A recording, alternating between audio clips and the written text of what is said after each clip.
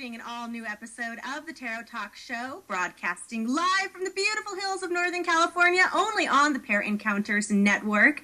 I'm your host, Rebecca Brown, and you know I'm joined in the Tarot House today with my amazing co-host, Tarot Tim. Hey, Tim. Hello, everyone. And Tim's in Dover, Delaware, so we're definitely coast to coast, which I think is always super exciting. Tim, how's your week? How's it going? It's actually been fairly interesting. I mean, I'm still in just staying above the Mercury retro messiness of it all, but some good messages along the way, so yeah. So too. I think for me, this retrograde has been less chaotic and more introspective, which, as we mentioned on the last show, the retrograde's good for that. It can be chaos, but it can also be about, digging deeper, really examining things from all angles, cleaning out what doesn't serve you, both spiritually, mentally, physically even. I've done a lot of cleaning, gone through all my stuff, and have given a lot of it away, and it's a purge in some ways. Last show we were talking about the Four of Pentacles and how I lost, that's the one tarot card in all my decks that I've lost, which is really kind of amazing because, like I said, I have them spread out all over, like decks on tables, cards on my altar, on the mirror. They're just like bits and pieces of decks all over, but the only card I've really ever lost is the Four of Pentacles. And as it's known as the miser card in the tarot, in traditional symbolism, you've got the guy holding on to the pentacles, and it is about retaining. Yeah, there you go. It's about retaining and collecting. I think the dark side, or the downside of that is you can be miserly. You can be, just not generous with people because you're hanging on to too much. You're clinging too much to your resources. So it can be a message to be more generous, to be more abundant, to be more open. Because when you're like this, holding on to things, you're not open to receive. And so it is known as kind of the miser card of the tarot, but it's also resourcefulness, keeping an eye on your money, that kind of thing. It can be like a warning. So that being said, a couple days ago, over the weekend, time escapes me, but over the weekend, my purse was stolen. My bag was stolen. And it's partly my fault because I did not lock my car. It was one of those things. I was in downtown Sacramento, and we just stopped off at a restaurant. So I pulled my license, my cash, all this. I put it in my little bag, rather than carrying my whole thing. And didn't lock my car. Somebody stole my bag right out of my car with everything else that I had in it. So I had to cancel some cards and, my whole planner with all my transits for every day, which has kind of become like a diary for me in so many ways. So I miss that, but stuff that didn't mean anything. Like the Four of Pentacles, if that had shown up in like an energy like spread or card of the day or something, to just really check your stuff. You know what I mean? Like, be vigilant. I feel like the Four of Pentacles is kind of like a vigilant card to keep an eye on your money, an eye on your stuff. So I thought that was interesting. And so then it was like, okay, well, what does that say? Am I hanging on too tight to some of this stuff? I don't know. It's retrograde also, I would imagine. I don't know. What are your thoughts on it? Because this is not the first wallet that I've lost or had whatever. A few months ago, I lost my wallet. So this is twice now. Once I lost my wallet the first time. I guess I just put it on the top of my car and maybe I drove off or something, but it was gone. And then 3 months later, I lost this wallet. So what do you think? Like, what does that say? So now I'm like, what does that say,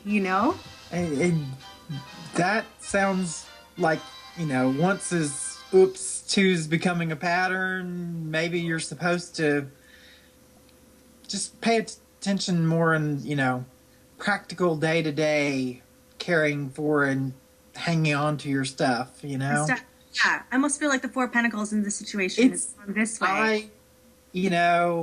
Unlike a lot of guys, I've carried a bag for well over a decade now.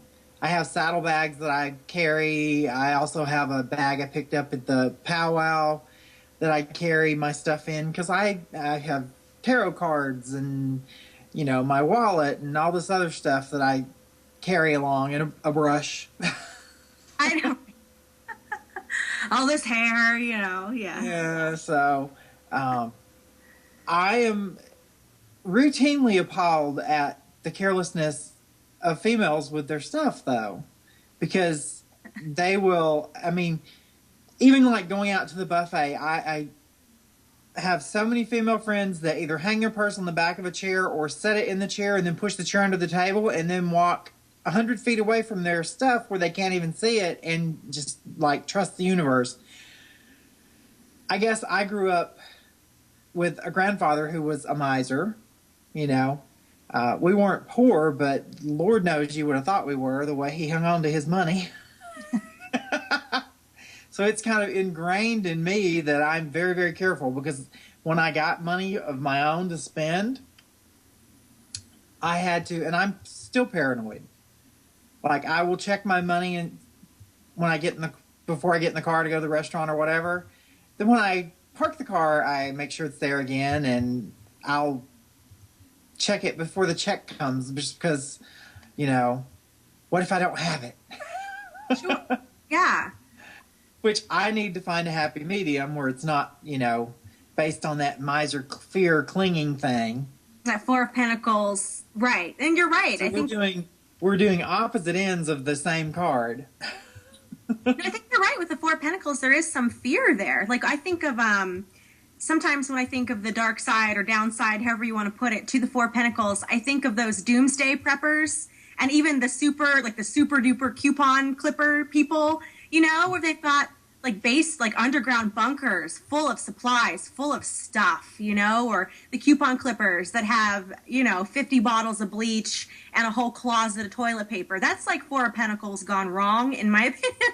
Like, it's almost the point where you're really, yeah, it's fear, and it's a little selfish. Like, if doomsday really comes, yes, you want to take care of your family, but are you really going to turn down other starving people? Like, really? I don't know. I feel like that's really the Four of Pentacles gone wrong, where it's really flipped. And it's funny because we had him on the show, Paul Keppel. He's the illustrator of the Zombie Tarot. Speaking of which, it's almost Halloween. So if you have not checked out the Zombie Tarot, you've got to do it. It is such a great deck. Our show on that was when we were still with Blog Talk, and that show is now archived. You can access it at thetarottalk.com, along with all of our other archived shows. But it was a lot of fun. We had Paul on, and we talked about his deck, the Zombie Tarot. And yes, it's zombies, but it's so clever. Like, the whole deck is so smart and well thought out almost, and he kind of did it intuitively even. But my point is, for the Four of Pentacles, he has one of those doomsday prepper guys in his bunker with all his stuff, and you've got the people in the outside window looking in, like, let us in, we need help, we're starving. But the miser says, no, this is my stuff, don't touch my stuff. That's like the Four of Pentacles card, I think, gone wrong. Yeah. I have a lot of the Four of Pentacles in me. There are certain, I'm a very generous person. I will give away my last dollar. My stuff is a different story, though. Like, my books and my, like, CDs, DVDs, I am such a hoarder on that. I don't even loan them at all at this point. But before, like, friends showed me that I couldn't trust them to loan them my books and stuff because, you know, you get back your beloved book with a broken spine and folded pages and... What did you do with it? Like, what did you do to it? Like, where were you? Because clearly you weren't just reading this in your armchair in your house. You know? What? I had that a few times, and then it started, books would come with a bookmark in the book and a lecture on, you better not break the spine of my book, and don't fold the pages, here's a bookmark, and... You know, don't lose the dust jacket or have like a coffee ring on my book or whatever. And then, you know, when that didn't work, then it's just like, okay, they're mine. You can't touch them. Well, and I think, you know, and as with all the cards, I think the Four of Pentacles, it can be a good thing. All things in moderation. You know, of course you need to hang on to your resources. You need to take care of yourself. You need to be generous with yourself, or else you're no good to anybody. But I do feel like the Four of Pentacles it can be a warning. Hang on to your stuff. If that had come up, like I said, as a card of the day or whatever, yeah, check your shit. Like, make sure that you have, your stuff in order and you're vigilant and hanging on to it. But yeah, when it's gone wrong, Four of Pentacles, it really goes wrong. It's hoarding. Yeah, and for some reason with me, that energy, it kind of, at one point in my life, it crossed over into like the emotional life, where it should be the Four of Cups, but it really kept all the aspects of the Four of Pentacles, because I tend to hang on to people far longer than they're useful, and I cling to them even when they don't deserve it, or they don't respect, or they don't, feel the same way necessarily. That's actually what the retrograde's working for with me. I have let go of some people that, and it's real world people that I have the issue with. That's so crazy. I've had to like actually defriend people and block people that I've known for well over a decade. A couple I've known for well over 2 decades. And it's like, I have no idea why the retrograde brought out this crazy bipolar nuts energy in them, but it's at the point where I said no, too much, not doing it anymore. Well, and is the people that they don't know my backstory. I was orphaned when I was a child, so I tend to not let people in, and when I do, I cling too tightly to them. But I'm working on that. We've all got stuff. We're all just, we're just here trying to learn. We've all got stuff we're working through, but I mean that makes sense to me because Mercury's retrograding in Libra right now, and Libra is the sign of partnerships. It rules the 7th house, and not just romantic partnerships, but yeah, these are friends, people we work with, people that we have, those bonds with. And the retrograde, retrograding in Libra, that's really examining those relationships, examining those friendships. And some don't hold up. Like, it's about a culling, what do you want to keep? What do you want to hang on to? Yeah, absolutely. Absolutely. And it's important. It's important. And I think that it's interesting you brought up the emotional part of,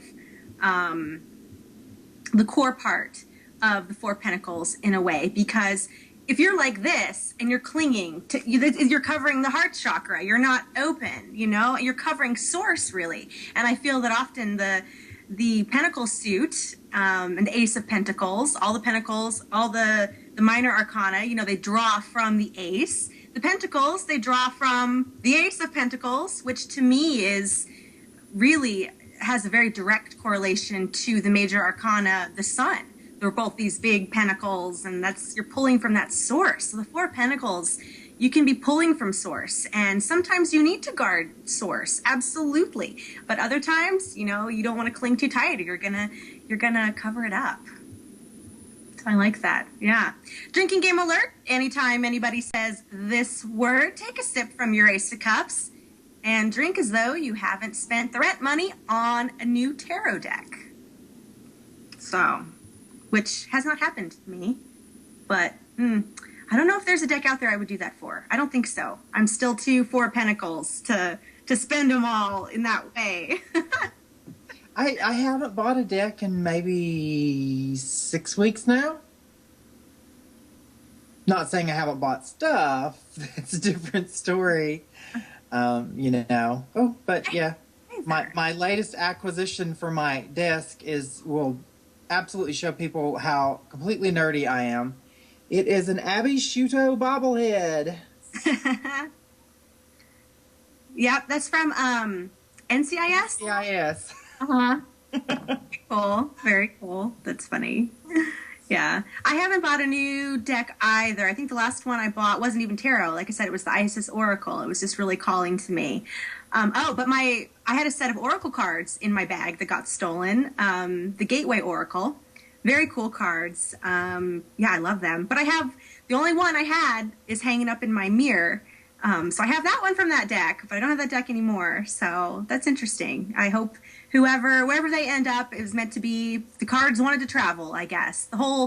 Everything, whatever wanted to travel around. So I just got to release it, and just, just send it forth. What what are you going to do? These things happen. Well, yeah, at this point, there's no point in, beating yourself up about it or getting angry about it or anything, because you have no one to direct it at except yourself, and that's pointless.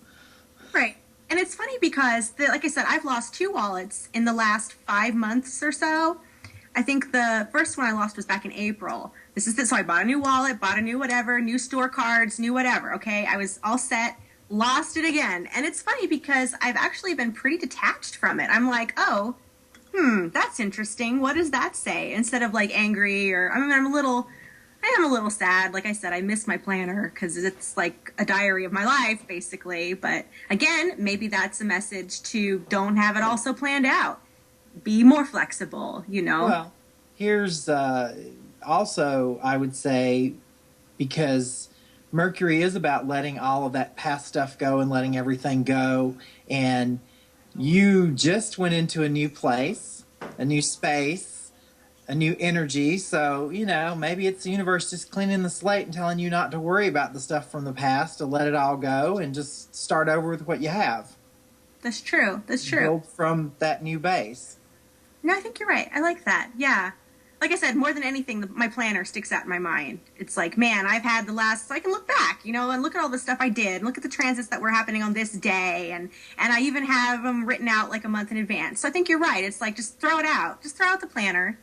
Be the fool. Yes, I'm a fool who's lost her bag, but just do it. Just be in the present. Just journey. So I like that. Yeah. I've been okay with all of this happening, but I think some of that's therapy. You know what I mean? Where you can like detach, step back, and be like, what does that say? So, yeah. I did yesterday, as a matter of fact. I love it when you get an absolutely amazing message from Spirit that you really weren't looking for necessarily. Yeah, sure. We want to know. I have books and stuff on all kinds of new agey spiritual stuff or whatever, but the cards are what comes naturally to me. That's my fallback. That's what I go to. Numerology, astrology, all that stuff, it just hurts my brain because my brain is not a mathematical brain. I have a philosopher's brain. So philosophy and all that I can understand, but not necessarily when I get into formulas and needing to figure out the houses. And but I had this amazing dream about a friend of mine, and there were a lot of messages in there, and it was stuff about just hanging on, really, that they weren't quite there, but they needed to believe. Okay. And woke up and I thought, I need to pull cards on this. And I actually went to get the cards and to pull some cards. And I clearly just heard Spirit say, no cards. You can't use the cards. Okay. But I'm still getting the energy that I need to contact them and give them this message, but it wasn't a fully formed message yet. Uh-huh. So I pulled something I haven't used before, which is my Astro Dice. The Astro Dice, yes. And for those who don't know, the Astro Dice, it's like quick and dirty astrology. It's a great way to learn astrology. The 3 dice, one has all the houses on it, one has all the planets, one has all the signs. You give them a toss, instant astrology reading. It's fun. They're a lot of fun. And Go ahead, Tim. I did, and of course I know nothing other than the basic, sun signs about astrology. I threw them, I looked at them, looked at what the symbol represented, and then kind of got an idea in my head of what I thought it was. And then I went through the instructions and looked at what it was actually supposed to be, and I was actually pretty close. Well, what'd you get?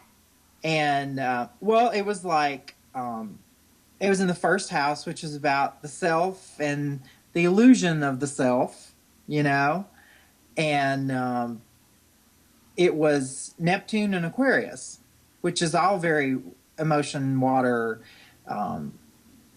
but...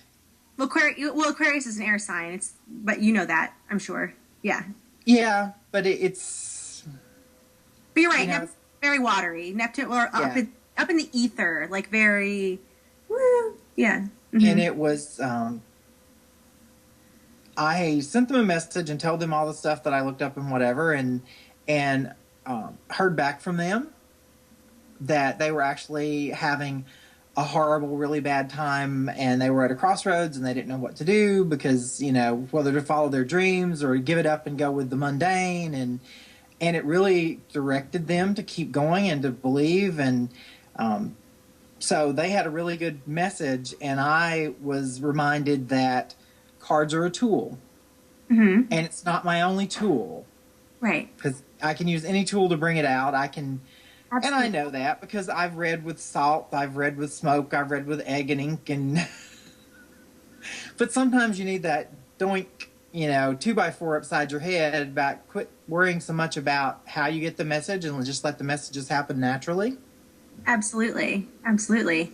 Well, and for your friend, I mean, Aquarius, yes, if you had Neptune in Aquarius in the first house, I mean, Aquarius is all about being the rebel and being individual. Aquarius prizes individuality, marching to the beat of their own drum. And Uranus rules Aquarius. So it's a kind of explosive even, and it's a little, yeah, so absolutely. Just march to the beat of your own drum. Neptune's very spiritual planning, digging deep, really finding out what that individuality, well, yeah, especially if it's in the first house, what that means to you. What do you value? Really go deep, have an experience. I think that's great. Yeah. Right. And it was with it being in that first house, it's all about, you know, being true to your core. Yes. And not worrying about the illusion of what people think you should be or think you are. And I like that. You know? And you're dead right. Like Neptune's all about illusion in a way, also, because it's so up in the ether. Yeah. That it reminds me of all those little memes that everyone posts about, you know, whatever. This is what I think I'm doing. This is what my friends think I'm doing. This is what my mom thinks I'm doing. This is what I'm really doing. Because it really, everyone has a different perception depending on where they're looking at it from. Right. So you just need to be true to your core. And eventually, you know, as long as you are, other people you'll find people that follow along and hear the same music and add to your choir, if you will. So I think so. Absolutely. And I think it can be very inspirational. I know that for me, the people who have really inspired me the most and really keep me going, you know, just in the dark times are the people who, yeah, they do march to the beat of their own drum. They have such conviction, and not in like a jerk kind of way, like I'm going to do what I want kind of way, but just it's like a quiet knowing who they are, and they're going to go there no matter what. And it's, I think, so inspirational. And when you can do that, when you can explore the first house, when you can explore Aquarius and that individuality and that kind of rebel side, you can be a light for other people also. And I think what's coming to mind, when you cling to that source or explore that source, draw from that source, is the Hermit tarot card. And I have the Hermit's lantern tattooed on my wrist. And it's funny because people sometimes think it's the time booth, I guess, from Doctor Who, or the telephone booth. Oh, yeah. A lot of people think it's that, but it's the Hermit's lantern. That's what the Hermit does. He's got the light in his lantern, pulling from source. Hermit knows who he is, and he's there on that mountaintop by himself, by choice, and not because he's isolated or even lonely. It's just he's the guiding light for the climbing masses below. And I feel like when you can really pull from source, stand on that mountain, stand in who you are, that's the Hermit. And it can be, a guiding light, very inspirational.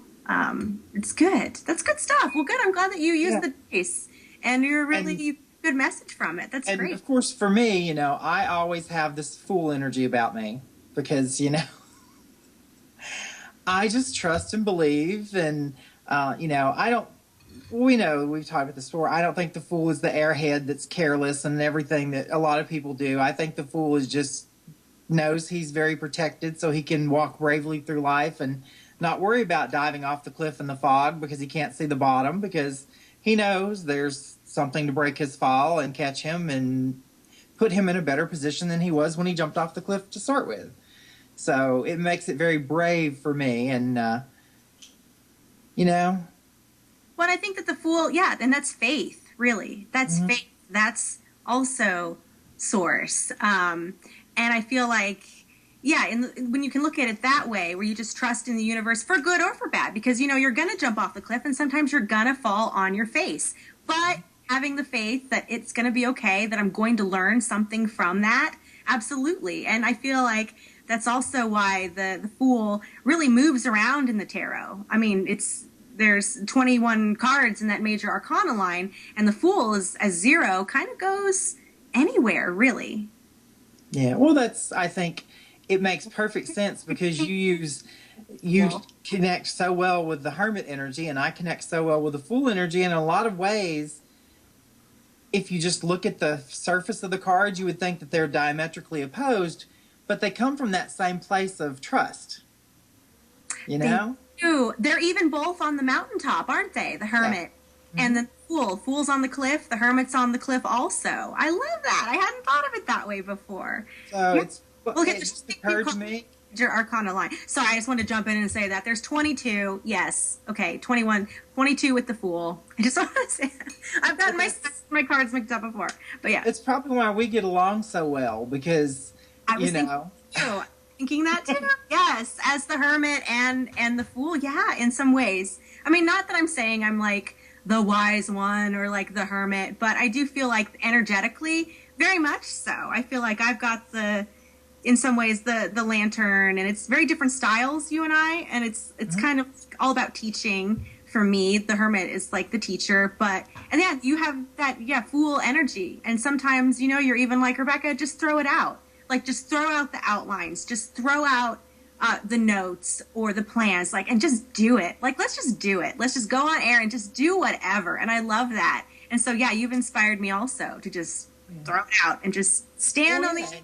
And you kind of keep me focused and grounded on where I need to go. And it's like, no, you're going to be reading professionally. Do this, stop just walking through life willy-nilly and do it. And, it brings a good balance to both of us.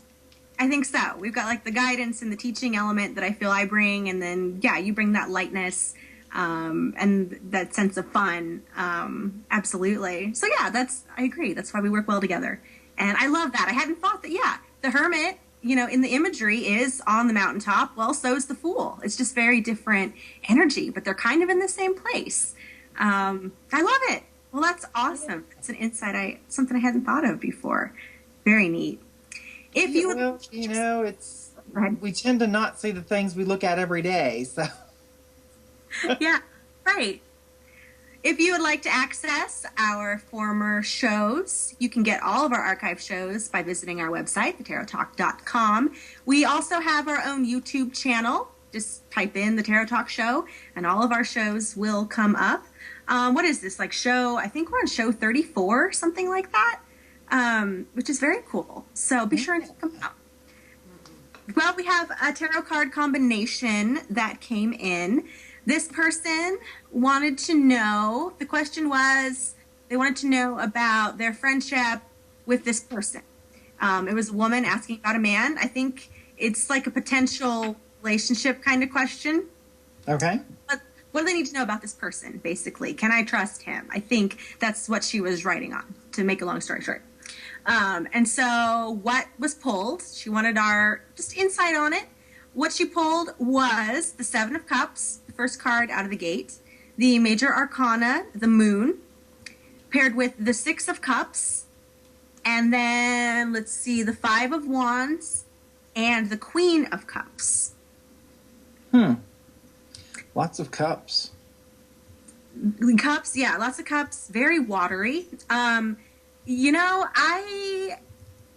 feel like my first response is that she really needs to take the time to get to know this person, because Seven of Cups paired with the Moon, you're looking at digging deep. There's a lot more than meets the eye. There's a lot of illusion with the Moon and also with the Seven of Cups, and a lot of that symbolism. You got the smoke and the clouds, and you've got the cups that are up there. And astrologically, the Seven of Cups is Venus in Scorpio. Scorpio is a very deep sign, deep sign, complex sign. You got to dig deep. There's way more going on beneath the surface. So Seven of Cups with the moon, I don't feel like it's bad, but it feels like be careful, be cautious. Don't rush into whatever. You need to kind of feel out the situation, use your intuition. The moon is also about intuition, but there's a lot going on there. So just be cautious. Six of Cups in the middle of that 5-card reading. Overall, very friendly. I feel like the Six of Cups it's one of the friendship cards. Nostalgic, benevolent. I like that in the center of the reading, but I feel like it's be cautious, be careful. How are you feeling? I feel like with that 7 and that moon especially, it bugs you, right? It was kind of like make sure that you're not projecting what you want this person to be or what you want this relationship to be. You know, it's like in love with love kind of feeling. It's like don't come at it from the position that you need it or you have to have it and try and make it fit. Because the moon, there's an instinct there, and I feel like with that 5 of Wands there's something that's a little off that's bothering her on an instinctive level that she feels like, you know, just when you're in the beginning of stuff, don't make excuses for people. You know, I think women tend to do that a lot. Well, he didn't really mean to be, and I'm not getting a danger vibe, but it's like, you know, he didn't mean to be cruel, or he didn't mean to be mean, or, you know, don't think the things that really irritate the crap out of you are going to change just because you just develop a relationship, because that core stuff that irritates you to death, you cannot change a person. People can change if they want to change, but they have to want to change for themselves, not for you. Oh, absolutely. Yeah. Because otherwise you just alter your behavior, but the core of what you really wanted to do is still there. And eventually you're going to do what you want to do. Right. Yeah. Yeah. Like the 7 of Cups and the moon, that's very dreamy to me. Like very dreamy. Some illusion there. It's very fuzzy. If I saw this in a reading, 7 of Cups with the moon, fuzzy, smoky. A lot is being kind of obscured. The way is not clear. Take your time, you know. There's a lot in, like, it just feels shadowy and not scary or bad. Just be careful and really take your time to let the dust settle, to let this fog clear so you can kind of see what this person is really about, what their hang-ups is coming to mind. I feel like there's some hang-ups here on both sides, you said. But we have that queen, the queen and the king of cups, both aren't really comfortable with the emotions that come up in their life a lot of times, you know, because it's very covered and they want structure for those. And, you know, you can put a lid on the emotional stuff all you want to, but when you bring the energy to it and the heat to it and everything that a loving relationship brings, you know, that little container is going to boil over. You can't keep the lid on it forever because it's just going to, you know, it's either going to boil over or eventually it'll evaporate. So you have to really pay emotional attention to that. Like you said, the 6 in there is really good. But it feels like maybe they're just not at exactly the same space in what they want with a relationship. Right. There's something there. Yeah, it's a little... You've got 5, 6, and 7. I mean, so it's still, there's some chaos there, you know, we're still getting over some of this stuff, but we're, you know, it's one of those things, like you said, I would just take it slow. Very slow with the 7 of Cups and the moon. Be slow. Like, take it slow. Be careful. Really let the dust settle from that initial emotional whatever. Like, they might like this person, but really take your time to know them, to really navigate through that emotion, and to use your intuition. The 5 of Wands, I thought that was an interesting thrown in here. 6 of Cups is great. I think it's a very friendly card of friendship. But I feel like the 5 of Wands can be a little combative. So I almost wonder if there's some kind of essential that they're going to, once they work through this fog, I feel like the 5 of Wands could kind of reveal some differences in opinion I feel like it could be like this. They could be like this on certain things that they believe. The wands are very passionate, very philosophical in a way. So I almost wonder if there's just some very core differences of opinion, or they're just, the energy can be kind of funky, combative, which can be great if you. I mean, passion can be a good thing in a relationship. It's that spark. It keeps things interesting. But at the end of the day, do you really want somebody whose opinions differ from yours on a core value? You know what I'm saying? Right. So well, I feel like with that coming up too, because we are in the retrograde, which is all about the past and stuff. It's like, make sure you're not projecting the issues that you've had with the relationships in the past onto the new person. If you've been, lied to or cheated on or abused or, just anything, make sure you're looking at the reality of the person in front of you, and not, because with that 7, that's kind of, like you said, it's airy-fairy a little bit and kind of up there in the ether. So make sure you're reacting to the reality and not to the kind of, universal pattern that's been thrown out there before, because we tend to, till we learn the lesson, we navigate back into the same situation over and over. Yeah, no, I agree. Well, I also feel like the Queen tacked on at the end of this. The court cards they can represent other people involved in the situation. So the question being, what do I need to know about my friendship with so-and-so, as in potential relationship? I feel like there could be, a kind of combative woman that kind of brings issues in here. Who would be the Queen of Cups? This could be like, maybe his mom's a problem, or maybe there's mommy issues, or maybe there's a weird ex-girlfriend or a baby mama, or his best friend's a girl who brings like the drama. I almost feel like 5 of Wands paired with Queen of Cups. It feels like drama to me. Like, you need to know your friendship with this person kind of comes with this queen. You know what I mean? So I feel like that was another piece of it, to me anyway. So, and that, that brings up an interesting point.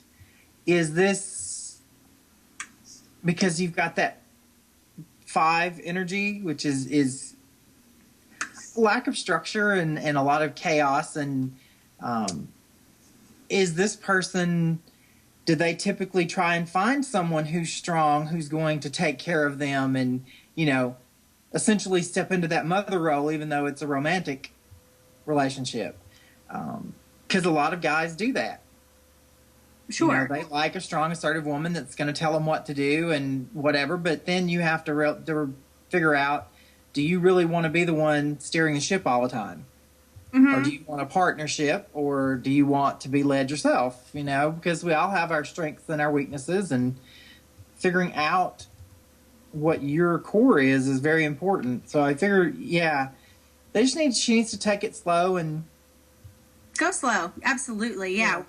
Like I keep saying, the 7 of Cups with the moon right out of the gate, like, take it slow. I don't sense danger here, of course not, but I just take it slow. Really take the time to find out what is there, because there's something there. There's some stuff, some hang-ups or whatever. Go slow. Yeah. There's definitely a spark there. I think so. Yeah, with the 5 of Wands, sure. It's always interesting to know when you pull cards, like, what's missing. So, we're missing the Pentacles. We're missing the Swords. A lot of watery energy. A lot of water. Water and fire. Do you know what water and fire combined, what that creates? Oh, yeah. Steam. Yeah, steam. Very hot, but also murky. So wait for it to clear. See what's going on. Yeah. Yeah, a lot of fire and water here. Not clear. I pulled another card just because, and I got the 2 of Wands. Oh. So, yeah.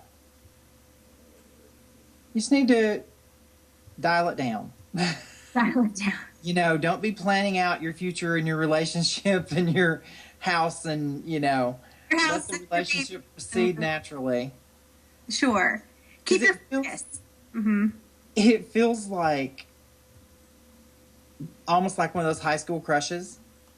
where it's all encompassing, the feeling. It's very dreamy. Seven of Cups. Oh, Yeah. so dreamy. But with pulling that Two of Wands, it feels almost like when you would, well, for girls, when y'all would write your first name and your crush's last name in your notebooks, you know, forever, and you know, so that's definitely to me a sign to slow down and just make sure that you're on the same page.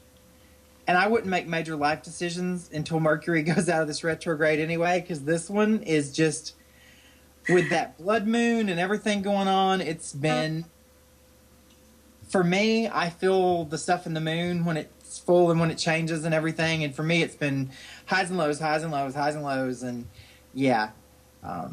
Yeah, stay tuned, people. No sudden moves. Take it easy. Well, and I think that the Two of Wands also that you pulled, keeping your focus, because I noticed the little guy's got the globe in his hand. You know, he's got the whole world. Like, you know, this person, girl, you got the whole world in your hand. Keep your options open. I was noticing like the wide open space in the back of that card. Yeah, keep your focus, what you really want, what you value, and keep your options open and just take it slow. I feel like that's the message. So thank you so much, Melissa, for writing us with that combination. If you have a tarot card combination that you are just wondering about, maybe it's confusing or murky and you'd like some input, feel free to let us know by emailing the show, thetarottalkshow@gmail.com, and we'll be sure to feature it on air. Yeah, those are always fun. I like them. I love those when we have no clue. I'm an off-the-cuff kind of guy, so that's just throw it at me and I'm happy. If I have time to think about it and plan it, I overplan it. Yeah, no, I like it. I think it's fun. And given we're not there and you know, we don't know exactly what deck and whatever, but you can still glean some insight, I think, just from whatever is pulled. So I hope that is helpful. All right, well, you want to pick a card? Let's pick a card and just discuss whatever kind of comes to mind. We had an interesting insight with the Hermit and the Fool, so I'm excited to see kind of what happens. And we can even you pull a card, I'll pull a card. Maybe we'll get another interesting correlation. To revisit that for just a second, there they are in my deck side by side. Oh, I love that. Oh, I love it. It's so cool. So you can see, I mean, one's almost like dawn, one's like night, but they're in actually almost the same pose physically. Right. You know? I never heard of that correlation before. I love that. Yeah. Very, very cool. All right. Let's pull. Yeah, in my deck, they're very similar also. The Morgan Greer is not quite as, how do I want to put it, colorful, but it's a great deck. It's so funny. I have gotten so many decks in the last couple of years, and yet I feel the need to pull the Robin Wood, which is a deck I've been using for well over a decade. That's the one that just still speaks to me when I go to it's my go-to. Okay, we're going to pull a card. I'm going to pull a card. What's it going to be? Oh, Six of Swords. Yeah. Okay. We got the guy journeying in the boat. All right, that's my card. What have you got? What did I pull? Oh, the Sun. The Sun. Okay. Okay. Six of Swords. I actually like those two together. Okay. Because the Six of Swords for me, that's about, there's a lot of responsibility there. There's a lot of taking on of things that aren't necessarily even your things, but it's like it's a freely done thing, something that you opt to do. Absolutely.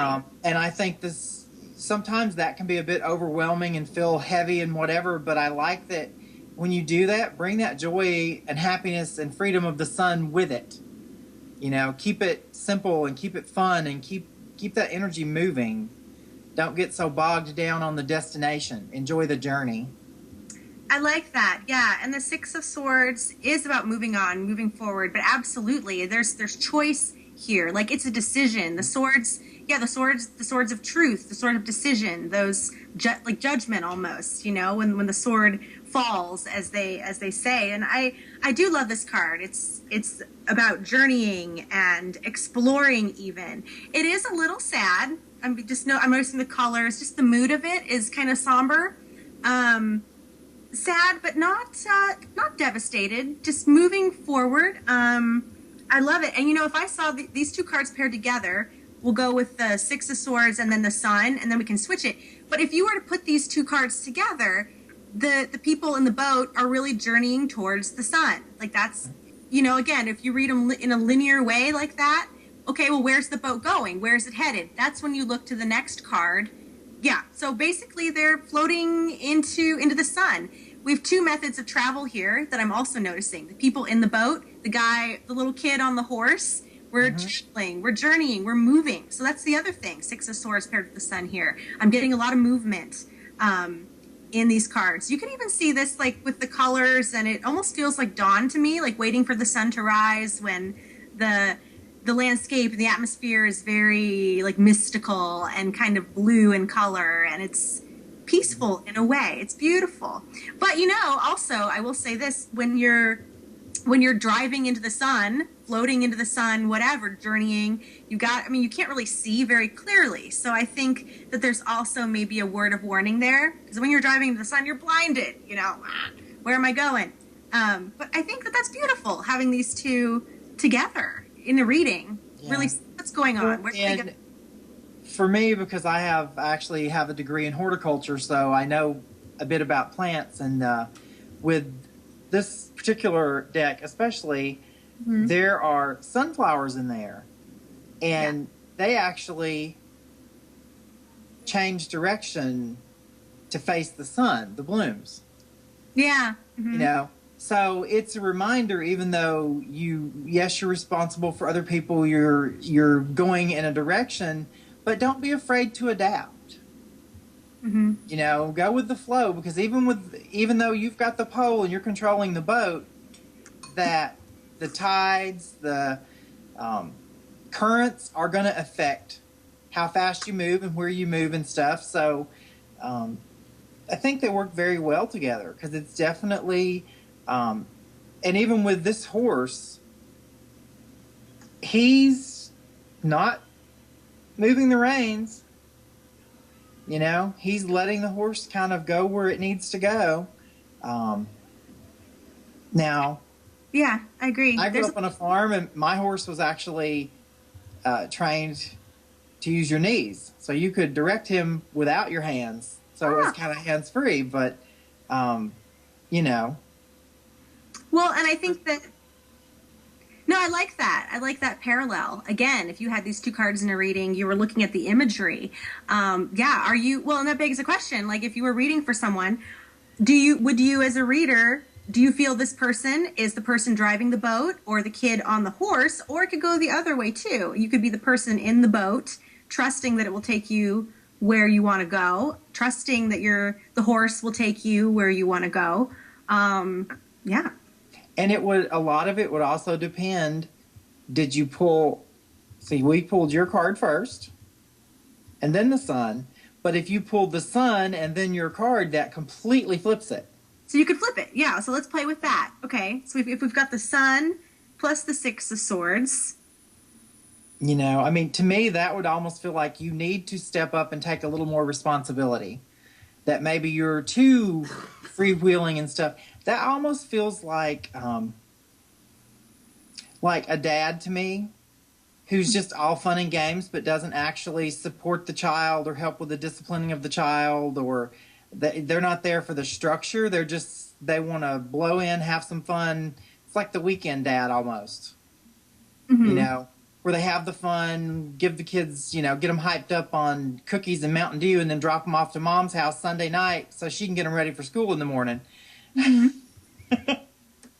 Yeah, and I feel like this, pulling the sun, that card followed by the Six of Swords, then I almost get a feeling like the sun is setting. And again, that's looking at the imagery. You've got this big, bright, bold sun, and then you've got like some darker colors here. I almost feel like the sun is setting. Okay, we're moving forward. It's a new day. That's over. Sun's gone. We're moving forward. We're waiting for the next sun, really. depending, of course, on the third card you would pull, because I could never stop at those two cards. Well, and I wouldn't either, because then I would ask, okay, Sun, Six of Swords, the people in the boat are then driving away from the sun. Well, where are they going? Where are they headed? That's great. Pull another card. We'll pull another card. We'll do you first. Okay, where are the people in the boat? Where are we going? Or even if it was Six of Swords plus Sun, where's the horse? To the Five of Pentacles. Okay, Five of Pentacles. That to me adds a layer of grief to it almost. Let's see what I got here. Oh, I got the Star. Okay. All right. That feels like a rough period then that you're going to have to just kind of traverse and make it through before you can. It's like a learning curve till you figure out the situation and you're able to. It's almost like I don't know. It feels like almost like maybe a divorce, and it's helping the kids to deal with the situation. Yeah, and you have to kind of like a move, like moving forward in some way. Like maybe you're moving to a new place. Maybe you've got a new job. Maybe that's where you're headed. A lot of movement. Yeah, with these cards. Five of Pentacles. Yeah, that's tough. That's tough but stuff. Then it's almost like there's some pride there too, because you actually need help or need to get other people's opinions, but you're so used to just going with the flow and doing whatever that maybe you don't like having to admit that you're not like Wonder Woman or Superman and that you actually do need someone else's help on occasion, even if it's just an insight that you need. Yeah. That happens for a lot of us, though. I had to, for years, would not ask for help for nothing, you know. But that came, I've been on my own since I was 16, so I was very used to being completely self-sufficient. And when you do that, you tend to really not value other people's opinion necessarily. Right. Because you get this chip on your shoulder. I can do it by myself. I don't need you. Yeah. Well, you know, also, I'm sorry. And in that card also, it's like, okay, is this the same huddled figure later in life that's in the boat? You know, and are you the figure that's huddled over, or are you, once again, the one who's standing, even though it feels a little more wounded at this point? You know, like you've been through some rough waters. Right. Rough waters. Well, and I like that, too. Even in the imagery of this card, it doesn't show up very well, but you've got the rough waters on one side of the boat, but where they're headed is smooth waters. Yeah. You and know, with this, the water, there's snow, so the emotions are completely frozen at this point. I like that. The water's turned in, it's changed states. I like that. Well, and I feel like these cards, you know, if I saw this line, if I saw Sun, Six Swords, followed by the Five of Pentacles, okay, where are these people going? Where are the people in the boat going? It feels to me also like travel lightly is kind of coming to mind, because you got to figure, if you're on the horse, you can't take a lot with you. If you're in the boat, you can only take so much in the boat or you're going to sink. Five of Pentacles, I also feel, is like about releasing things. The people in that card, they really don't have much. Maybe it's by choice, maybe not. But I feel like in this line, I feel like this movement, forward movement, is going to teach you a lot about what you really need. Like, you're going to really consolidate, really pare down, really find out what you value, what matters, what do you really need to take with you. And like that, I think that's applicable for any kind of movement, whether you're moving to a new place, whether it's divorce, whether it's just whatever the questions that people have about what's going on in their lives at the time. I just feel like journeying lightly is kind of the message with this, but also a tremendous amount, again, of faith. And I think it's interesting to note that with the Sun and the Six of Swords and the Five of Pentacles here, another thing I would say is that, you know, you're not alone. In all these cards, there's somebody with the individuals in the card, like they're together in pairs, they're journeying together, they're not alone. So again, you can ask for help here in this situation. Well, and the only card that didn't have two people, which is the Star, but she has two jugs, you know? So even she it's, you know. There's faith. Yeah, there's faith with the Star, absolutely, faith. Oh, yeah. Like I said, it's about consolidating, really finding out what means to you, and then releasing what doesn't serve, really finding out what you need and then letting the rest go, just pouring it out. Tremendous amount of faith. And it's, again, this is coming to me also. Will you hold up the Sun card? Okay, the kid is naked, right? He's not wearing any clothes. The star, the woman, is naked. If I saw this in, like, this is a 4-card draw, the sun and the star in this case, looking at what's going on in the cards, I get a lot of vulnerability with this, because when you think about it, the babies, you know, you come into this world, you're naked, you're vulnerable. You need to ask for help. You need, you know, it's about vulnerability. And then I feel as we get older, we of course have all of these barriers, and then, you know, we're taught to wear clothes and everything. And so being naked, both literally and emotionally or whatever, is a very vulnerable place. Like, being naked, you're really vulnerable when you're naked in so many ways. But I feel like it's faith, being vulnerable, that's what's coming to me. If I saw this 4-card line for someone, vulnerability is, I feel, another big message just based on the imagery in the cards. Mm-hmm.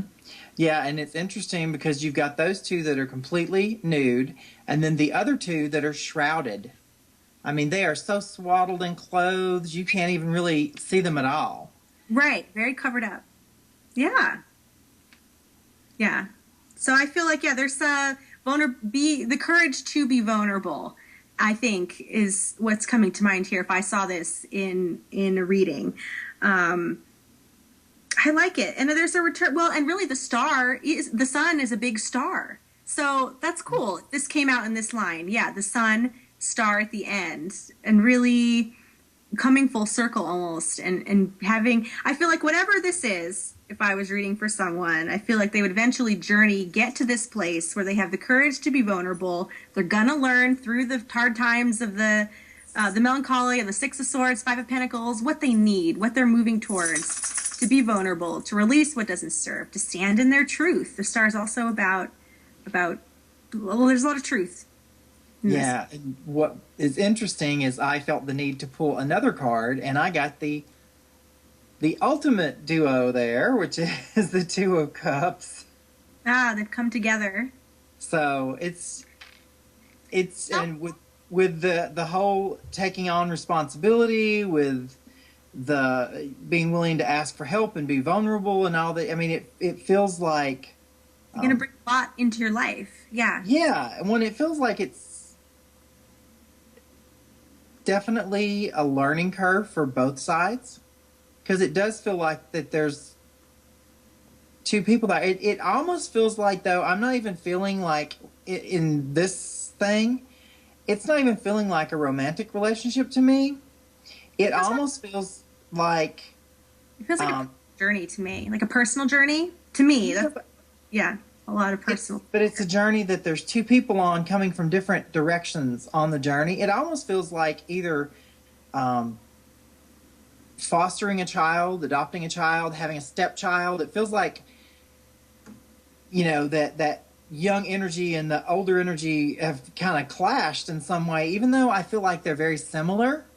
But neither one of them is willing to say, you know, I need this. I want to let you in. I'm going to trust you. It's like you have to earn that. So it feels like they're definitely, but it feels successful. It's so funny how you take cards and you build up these people that, you know, aren't even existing except in your head. It's not even reading for anybody. I know. It's just a matter of like, okay, if we saw these cards in a reading, what could we, like, what are our thoughts? And I love that. And I think that also, you know, if you were to end like with the star, and then after the star, you pulled the 2 of Cups after that, again, I would notice what's going on.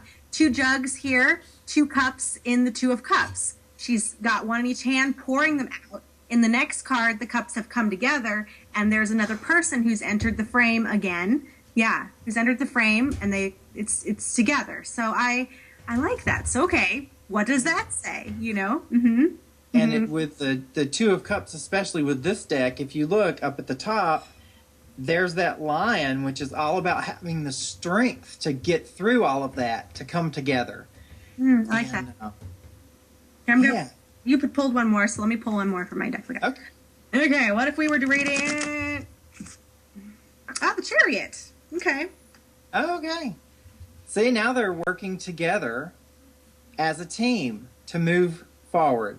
To move forward. So they have did the contract and came together, and they have. It just feels like then you're working together for your future. You know, you move the heavy loads easier as a duo, because if you're yoked together, you can pull way more than you can if it was just a single person trying to move it.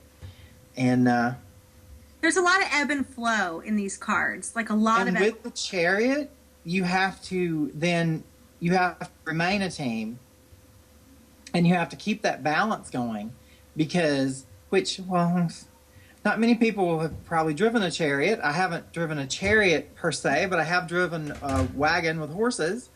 And, you know, what happens if you don't stay, you know, in line? If you just...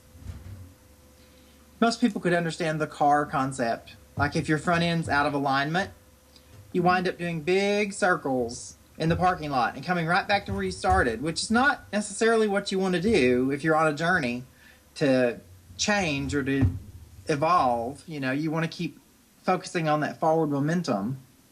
Oh, absolutely. And there's a lot of momentum in these cards that we pulled.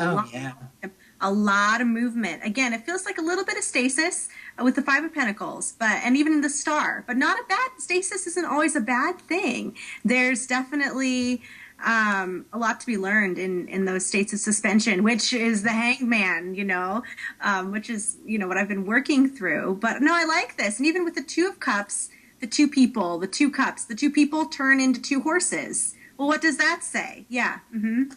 I think that's a way to read it. Or you could be the guy driving the chariot. Absolutely. Forward movement. And is the guy driving the chariot the same one that was by himself riding the horse at the beginning? Maybe he's matured. Exactly. Yeah, there's growth there. There's a lot of growth from, a lot of growth. I like that. So, yeah, you've gone from kind of novice to master, really. Instead of one horse, now you got two, and you're steering them. You've got the reins. Yeah, I like that. And even, you know, I mean, we could do this all day, but even with the chariot, it's like, okay, well, where's the chariot going? Where is it headed? It's moving. Forward movement. So I like it. Well, very fun. All right. Well, actually, we are at time. Fastest show ever. Wow. It's 5 o'clock my time anyway, 8 o'clock yours. Tim, how can the viewers get in touch with you? Well, you can always find me at Timothy's Tarot on Facebook, or if you're in the Dover, Delaware area, I do readings out of Bell Book and Candle, which is 678-4545. All right, very awesome. And I'm your host, Rebecca Brown. You can get in touch with me by emailing the show, the Tarot Talk Show @gmail.com. Be sure to check out my blog, 365days.com. The blog project is now over, but I did blog on the tarot every day for a full year, so that's super exciting. What else? Oh, you can like us on Facebook, The Tarot Talk Show. We've got a page. And tweet us on the Twitter @The Tarot Talk Show. Be sure to access all of our archived shows and just bios, guest bios. Find out all you need to know on our website, The Tarot Talk Show. Is it Tarot Talk Show? I think it's thetarottalkshow.com, right? I keep getting the web address wrong. Yeah, I think it's the Tarot Talk Show. Anyways, you can Google us. Just Google it. You can find out all of our information there as well. It's been a great hour. Our word of the night was Major Arcana. So hopefully everybody is, you know, feeling pretty good by now. Be sure to tune in to our show, The Tarot Talk Show, Monday nights, 4 p.m. Pacific, 7 p.m. Eastern. Same time, same place, only on the ParaEncounters Network. We'll see you next time. So mote it be.